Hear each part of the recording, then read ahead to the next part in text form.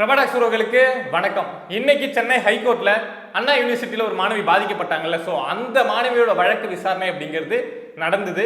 So அதுல இருக்கக்கூடிய highlighted points என்னென்ன, நீதிபதிகள் என்னென்ன சொன்னாங்க அப்படிங்கிற விஷயத்தை தான் நாம இந்த வீடியோல பார்க்க போறோம். இன்னைக்கு கோர்ட்டுக்குள்ள இருந்தது அப்படின்னா 3 சைடு இருந்தாங்க அப்படின்னு சொல்லலாம். ஒன்னு வந்து நீதிபதிகள் எஸ்.எம். சுப்பிரமணியம் அண்ட் லட்சுமி நாராயணன், இவங்க 2 பேர் தான் நீதிபதிகள். இவங்க ஒரு சைடு. இன்னொரு சைடு அப்படின்னா இந்த கேஸுக்காக பெட்டிஷன் போட்டாங்கல்ல, இந்த கேஸை வந்து தமிழ்நாடு காவல்துறை சரியா விசாரிக்க மாட்டேங்குது, சிபிஐ எடுத்து விசாரிக்கணும் அப்படின்னு சொல்லிட்டு வரலட்சுமி அண்ட் மோகன்தாஸ் அப்படிங்கிற 2 பேர் வந்து பெட்டிஷன் போட்டிருந்தாங்க. அவங்க தரப்பு ஒண்ணு. இன்னொரு தரப்பு அப்படின்னா தமிழ்நாடு அரசு சைட்ல இருந்து, தமிழ்நாடு அரசு அப்படின்னா அதுக்கு பின்னாடி காவல்துறையும் வரும், அண்ணா யூனிவர்சிட்டியும் வரும். ஸோ இந்த 3 பேருக்குள்ளதான் இன்னைக்கு அந்த ஆர்குமெண்ட் அப்படிங்கிறது போயிருந்தது. ஆர்குமெண்ட் அப்படின்னாவே, கோர்ட் ஆர்குமெண்ட் அப்படின்னாவே நல்லா இருக்கும். ஏன்னா ஒருத்தவங்க ஒரு பாயிண்ட் சொல்லுவாங்க, அதை எதிர்த்து இன்னொருத்தவங்க வந்து அவங்க சைடை டிஃபெண்ட் பண்ற மாதிரி இன்னொரு பாயிண்ட் சொல்லுவாங்க, பார்க்கவே நல்லா இருக்கும். இதுல ஃபர்ஸ்ட் விஷயம் என்ன அப்படின்னா, இந்த பெட்டிஷன் போட்டிருந்தாங்கல்ல, இந்த கேஸை வந்து சிபிஐக்கு மாத்தணும் அப்படின்னு பெட்டிஷன் போட்டிருந்தாங்க. அது இல்லாம பொலிட்டிக்கல் லீடர்ஸ் வந்து நிறைய பேர் சொல்லியிருந்தாங்க. இந்த விஷயத்துல ஜட்ஜஸ் என்ன சொல்லியிருக்காங்க அப்படின்னா, இந்த கேஸை வந்து சிபிஐக்கு மாத்தல, என்ன சொல்லியிருக்காங்க அப்படின்னா 3 ஐபிஎஸ் அதிகாரிகள் கொண்ட ஒரு இன்வெஸ்டிகேஷன் டீமை ஃபார்ம் பண்ணணும் தமிழ்நாடு அரசு. அந்த 3 அதிகாரிகளுமே பெண் அதிகாரிகளா இருக்கணும். ஸோ அவங்க தான் இந்த கேஸை விசாரிக்கணும். தமிழ்நாடு காவல்துறையில் இருக்கக்கூடிய கமிஷனருக்கு கீழே கட்டுப்பாட்டுக்குள்ள வரக்கூடிய காவல் அதிகாரிகள் இந்த கேஸை விசாரிக்க கூடாது. 3 பெண் ஐபிஎஸ் அதிகாரிகள் கொண்ட ஒரு இன்வெஸ்டிகேஷன் டீம் தான் இந்த கேஸை விசாரிக்கணும் அப்படின்னு சொல்லிட்டு ஃபர்ஸ்ட் ஒரு உத்தரவை போடுறாங்க. உடனே இந்த பெட்டிஷன் போட்டிருந்தாங்கல்ல வரலட்சுமி அண்ட் மோகன்தாஸ், அவங்க என்ன சொல்றாங்க அப்படின்னா, சரி இந்த 3 பெண் ஐபிஎஸ் அதிகாரிகள் வந்து விசாரிக்கிறாங்க அப்படின்னா அவங்கள கண்காணிக்கிறதுக்கு வந்து ஒரு டிஸ்ட்ரிக்ட் கோர்ட் அந்த ரேஞ்சில் இருக்கக்கூடிய நீதிபதிகள் வந்து அவங்கள கண்காணிக்கிற மாதிரி நீங்க ஒரு விஷயத்தை செய்யணும் அப்படின்னு சொல்லிட்டு நீதிபதிகள்கிட்ட கேட்கிறாங்க. அதுக்கு நீதிபதிகள் என்ன சொல்லியிருந்தாங்க அப்படின்னா, இந்த ஸ்பெஷல் இன்வெஸ்டிகேஷன் டீம்ல 3 பெண் அதிகாரிகள் இருப்பாங்க, அவங்கள கண்காணிக்கிறது வந்து டிஜிபி வந்து கண்காணிக்கணும் அப்படின்னு சொல்லியிருந்தாங்க. அடுத்தது வந்து தமிழ்நாடு கவர்மெண்ட் சைட்ல இருந்து அந்த ஆர்குமெண்ட் அப்படிங்கிறது தொடங்குது. என்ன அப்படின்னா, கவர்மெண்ட் சைட்ல இருந்து ஃபர்ஸ்ட் என்ன சொன்னாங்க அப்படின்னா, நீங்க வந்து நேற்று எங்கள்கிட்ட கேட்டிருந்தீங்க என்ன அப்படின்னா, கமிஷனர் வந்து இதை மாதிரி ஒரு பிரஸ் மீட் கொடுக்கலாமா அப்படின்னு கேட்டிருந்தீங்க. கமிஷனர் வந்து பிரஸ் மீட் கொடுக்கலாம், அதுல எந்த தப்பும் கிடையாது. அவர் கொடுத்ததுக்கு காரணம் என்ன அப்படின்னா, தமிழ்நாடு காவல்துறை மேல தொடர்ச்சியா வந்து குற்றச்சாட்டு வைக்கப்பட்டு இருந்தது. ஸோ அதை மக்களுக்கு விளக்கத்துக்காக தான் கமிஷனர் வந்து இந்த பிரஸ் மீட்டை கொடுத்தாரு அப்படின்னு தமிழ்நாடு கவர்மெண்ட் சைட்ல இருந்து வாதாடக்கூடிய வழக்கறிஞர் வந்து இந்த பாயிண்ட் எடுத்து வைக்கிறாரு.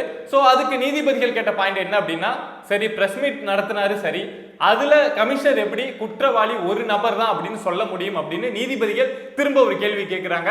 அதுக்கு தமிழ்நாடு வழக்கறிஞர் தலைமை வழக்கறிஞர் என்ன சொல்றாரு அப்படின்னா, அவங்க இன்வெஸ்டிகேஷன் அப்படிங்கிறது இந்த விஷயத்துல நடந்துட்டு இருக்க வரைக்கும் இதுல குற்றவாளி ஒரு நபர் தான் அப்படின்னு தெரிய வந்திருக்கு. அதை தாண்டி அந்த பெண் வந்து எஃப்ஐஆர் கொடுத்தாங்கல்ல, அவங்களுடைய கண்டென்ட் தானே அந்த எஃப்ஐஆர்ல வந்திருக்கும். ஸோ அதுலயுமே ஒரு குற்றவாளி தான் அப்படின்னு அந்த பெண் கொடுத்துருக்காங்க அப்படிங்கிற விஷயத்த இவங்க எடுத்து வைக்கிறாங்க. ஸோ கமிஷனர் சொன்னது சரிதான், எஃப்ஐஆர்லயும் அப்படிதான் இருக்கு, இது வரைக்கும் இன்வெஸ்டிகேஷன் நடந்ததுலயும் அதுதான் சொல்லப்பட்டிருக்கு அப்படின்னு தலைமை வழக்கறிஞர் வந்து நீதிபதிகள்கிட்ட சொல்றாங்க.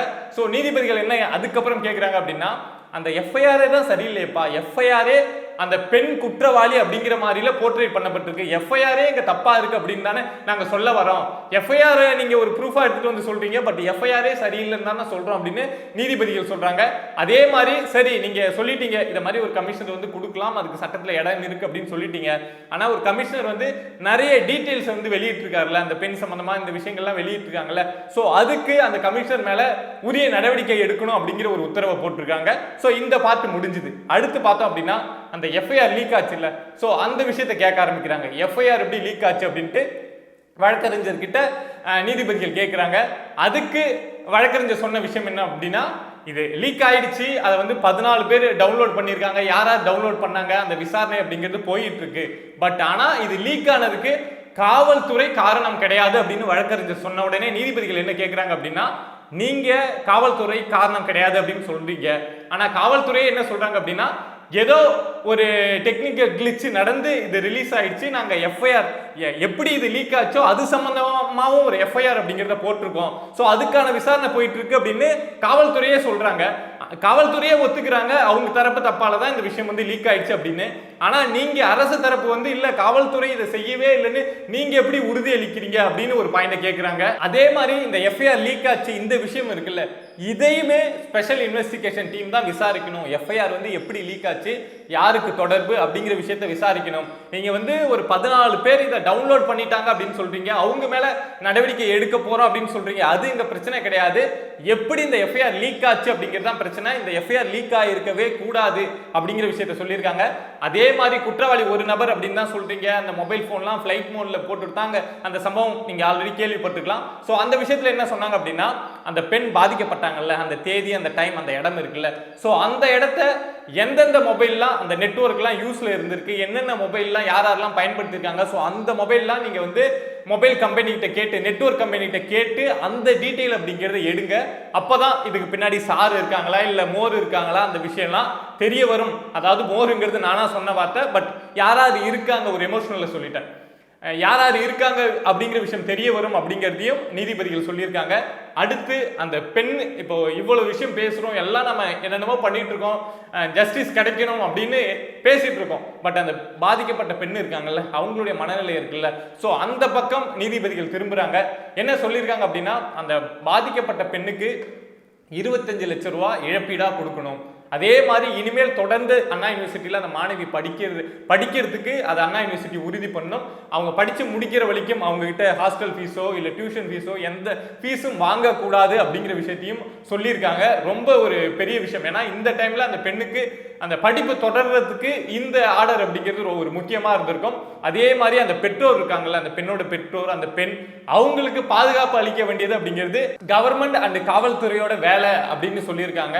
அடுத்து தமிழ்நாடு கவர்மெண்ட் சைட்லேருந்து தலைமை வழக்கறிஞர் என்ன விஷயத்த சொன்னார் அப்படின்னா, இது சம்பந்தமா நிறைய பேர் பேட்டி கொடுக்குறாங்க, நிறைய விஷயங்களை இதை பத்தி பேசுறாங்க, டிஸ்கஸ் பண்றாங்க.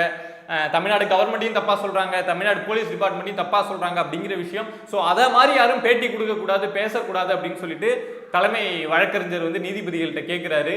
அதுக்கு நீதிபதிகள், இது வந்து நீங்க நினைக்கிற மாதிரிலாம் அது மாதிரிலாம் யாரையும் பேசக்கூடாதுலாம் சொல்ல முடியாது, ஃப்ரீடம் ஆஃப் ஸ்பீச் அப்படிங்கிறது நம்ம கான்ஸ்டியூஷன்லேயே இருக்கக்கூடிய விஷயம். ஸோ அதுலலாம் இங்கே யாரும் தலையிட முடியாது, பேசக்கூடியவங்க பேசுவாங்க, அதுக்கு ஒரு நெறிமுறை இருக்கு, அதுக்குள்ள அந்த லிமிட்டை பேசுறாங்களா அப்படின்னு பாருங்க. ஆல்ரெடி நீதிமன்றம் வந்து இந்த விஷயத்தை கண்டிச்சிருந்தது. அந்த பெண் பாதிக்கப்பட்ட விக்டிம் இருக்காங்கல்ல, அவங்கள தப்பா பேசக்கூடாது அப்படின்னு தான் நீதிமன்றம் கண்டிச்சிருந்ததை தவிர மற்றபடி இருக்கக்கூடிய தவறுகளையோ அப்படி பேசக்கூடாது அப்படிங்கிற விஷயத்த சொல்லல. ஸோ இன்னைக்கும் அதுதான் சொல்லியிருக்காங்க. பேசுறதுல எந்த பிரச்சனையும் கிடையாது, பேசுறவங்க பேசுவாங்க தான் அப்படிங்கிற விஷயத்த நீதிமன்றம் உறுதி பண்ணியிருக்காங்க. இந்த கேஸ்ல ஃபர்தர் இன்வெஸ்டிகேஷன் என்ன நடக்குது, அடுத்தடுத்து என்ன விஷயங்கள் வருது அப்படின்ட்டு, ஏதாவது ஒரு நல்ல டெவலப்மெண்ட், அதாவது இன்னும் அந்த சார் யாருன்னு தெரிய வருதோ இல்லை மற்ற விஷயங்கள் தெரிய வந்தது அப்படின்னா இன்னொரு வீடியோவில் அந்த விஷயத்தை பற்றி உங்க கூட ஷேர் பண்ணுறேன். வீடியோ உங்களுக்கு யூஸ்ஃபுல்லாக இருந்தது அப்படின்னா சப்ஸ்கிரைப் பண்ணி சப்போர்ட் பண்ணுங்க. நன்றி.